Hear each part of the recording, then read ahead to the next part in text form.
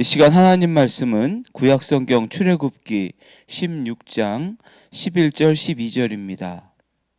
구약성경 출애굽기 16장 11절 12절입니다. 여호와께서 모세에게 말씀하여 이르시되 내가 이스라엘 자손의 원망함을 들었노라. 그들에게 말하여 이르기를 너희가 해 질 때에는 고기를 먹고 아침에는 떡으로 배부르리니 내가 여호와 너희의 하나님인 줄 알리라 하라 하시니라. 아멘. 오늘은 출애굽기 16장의 말씀을 나누겠습니다. 이스라엘 백성들은 홍해의 기적을 경험하면서 완전하게 애굽을 탈출해서 광야에 들어섰죠. 그런데 한 달 동안 광야 길을 전진하면서 극심한 식량난을 겪게 됩니다. 이스라엘 백성들은 모세를 원망하기 시작했습니다. 3절에 이렇게 기록되어 있습니다. 이스라엘 자손이 그들에게 이르되 우리가 애굽 땅에서 고기 가마 곁에 있던 때와 떡을 배불리 먹던 때에 여호와의 손에 죽었더라면 좋았을 것을 너희가 이 광야로 우리를 인도해 내어 이 온 회중이 줄여 죽게 하는도다. 차라리 애굽 땅에서 고기 가마 곁에 앉아 있을 때가 좋았다. 이렇게 말을 해요. 당장에 배부를 수만 있다면 자유고 뭐고 옛날에 그 비참했던 노예 생활로 돌아가도 좋다. 그렇게 얘기하는 거죠. 참 우리도 그런 때가 많습니다. 우리 생활에 부족함이나 아니면 배고픔의 문제가 생기게 되면 우리는 곧장 해결책을 찾아서 분주해지죠. 왜 이런 일이 생기는 거야? 힘들어하면서 당장에 나의 이 부족한 문제를 해결할 수만 있다면 어떤 방법이라든 상관없어. 당장 배부를 수만 있다면 뭐 좀 타협해서라도 살고 보자 일단. 그렇게 생각할 때가 참 많지요. 신앙 안에서 그렇게 이제는 하나님 안에서 살아보겠다고 결심을 했으면서도 불구하고 그렇게 결심해도 배고프고 힘들면 또다시 옛날에 내가 익숙했던 그 잘 썼던 방법들 이런 것들이 어느새 자연스럽게 나오게 됩니다. 하나님께서는 이런 이스라엘 백성들을 책망하지 않으시고 오히려 이렇게 말씀하셨습니다. 12절에서 내가 이스라엘 자손의 원망함을 들었노라. 그들에게 말하여 이르기를 너희가 해질 때에는 고기를 먹고 아침에는 떡으로 배부르리니 내가 여호와 너희의 하나님인 줄 알리라 하라 하시니라. 아멘. 하나님은 이스라엘 백성들에게 너희는 왜 그렇게 나를 못 믿느냐? 책망을 하시질 않아요. 오히려 필요한 양식을 공급하시겠다고 그렇게 약속하셨습니다. 이것이 바로 하나님의 은혜입니다. 은혜는 참 이렇게 늘 하나님 원망하고 하나님 믿지 못하는 그런 자격 없는 사람들에게 주어집니다. 선물이죠. 하나님은 이런 부족한 우리의 기도를 들으실 뿐만 아니라 우리가 신음하면서 때로는 하나님 원망할지라도 하나님은 그것을 우리를 하나님께 향하는 갈급함이다. 그렇게 좋게 받아주실 때가 많아요. 참 감사하지요.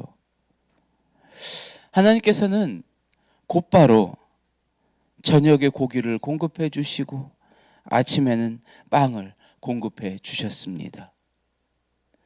13절 저녁에는 메추라기가 와서 진에 덮이고 아침에는 이슬이 진 주위에 있더니 저녁에는 메추라기를 공급하셨어요. 여러분 메추라기는 닭보다 훨씬 작지요? 그러나 닭고기보다 훨씬 더 쫄깃하고 고소하다고들 해요. 또 아침에는 만나를 주셨어요. 이 만나는 이 갓씨처럼 아주 작고 하얀데 둥근 모양이래요. 꿀과 같이 단맛이 난다고 합니다. 갈아서 빵으로 만들어 먹었는데 성경에서는 꿀 섞은 과자 혹은 기름을 넣은 달콤한 빵과 같았다 이렇게 표현을 합니다. 하나님께서는 이스라엘 백성들에게 매일매일 만나를 내려주셨어요. 만나를 주시면서 한 가지 규칙을 정하셨지요.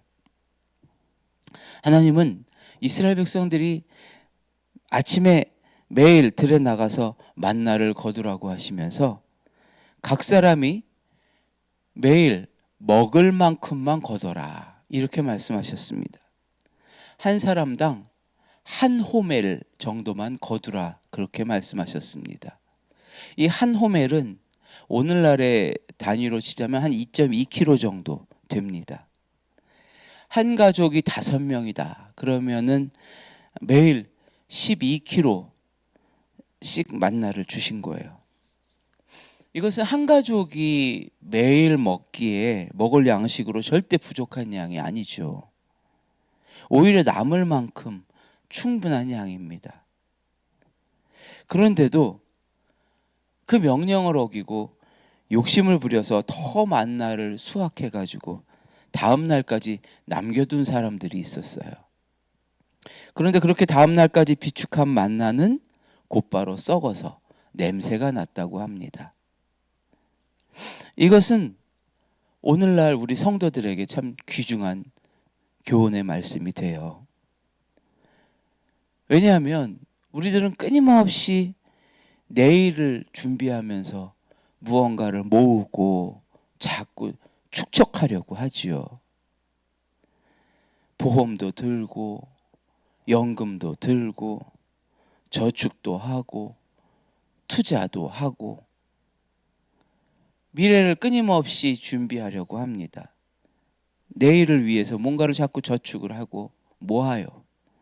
물론 미래를 위해서 준비하는 건 지혜로운 일이에요. 그것이 나쁜 것이 아닙니다. 성경도 그렇게 말씀합니다. 이것을 하지 말라는 이야기는 아니지만 한 가지 우리가 점검해 봐야 될 것이 있습니다. 뭐냐면 그런 내일을 위해서 끊임없이 우리가 무언가를 모으고 축적하는 일이 어떤 마음에서 비롯되고 있는가, 이것은 우리 자신을 스스로 살펴보는 건 아주 중요한 거예요. 왜냐하면 내일도 나를 먹이시고 입히실 그 하나님에 대한 불안감, 불신에서 만약에 끊임없이 뭔가를 자꾸 축적해야 된다는 압박감을 갖고 있다면 이것은 영적으로 이미 부패한 것이죠. 만나는 매일 아침 새롭게 내렸습니다. 이것은 하나님의 은혜가 오늘 충분하다는 것을 뜻하는 것입니다. 여러분, 오늘 주실 은혜는, 여러분에게 오늘 주실 은혜는 충분합니다. 내일은 내일의 새로운 은혜가 기다리고 있어요. 너무 여러분 불안해하지 마십시오. 하나님은 우리가 통장에 쌓인 재산을 보면서 안심하는 그런 사람이 되기를 원하지 않으세요. 우리가 매일 아침마다 하늘을 바라보며 하나님을 의지하는 그런 사람이 되기를, 그런 믿음이 되기를 원하십니다. 누가복음 12장에 보면 어리석은 부자의 이야기가 나오지요. 부자는 창고를 크게 짓고 미래를 위해 수확물을 가득 쌓아두며 안심하고 즐거워했어요. 그런 부자에게 하나님은 말씀하시죠. 오늘 밤 내 영혼을 도로 찾으리니 그러면 내 준비한 것이 누구의 것이 되겠느냐. 단 하루도 보장할 수 없는 연약한 인생을 살고 있으면서 마치 내일이 당연히 올 것처럼 그렇게 쌓아놓고 욕심부리며 사는 사람들이 너무 많습니다. 하나님은 만나를 주시면서 매일매일 먹을 만큼만 거두라고 하셨어요. 우리에게도 말씀하십니다. 오늘의 은혜는 너에게 충분하다. 충분할 거야. 모자르지 않을 거야. 너무 내일을 염려하지 마라.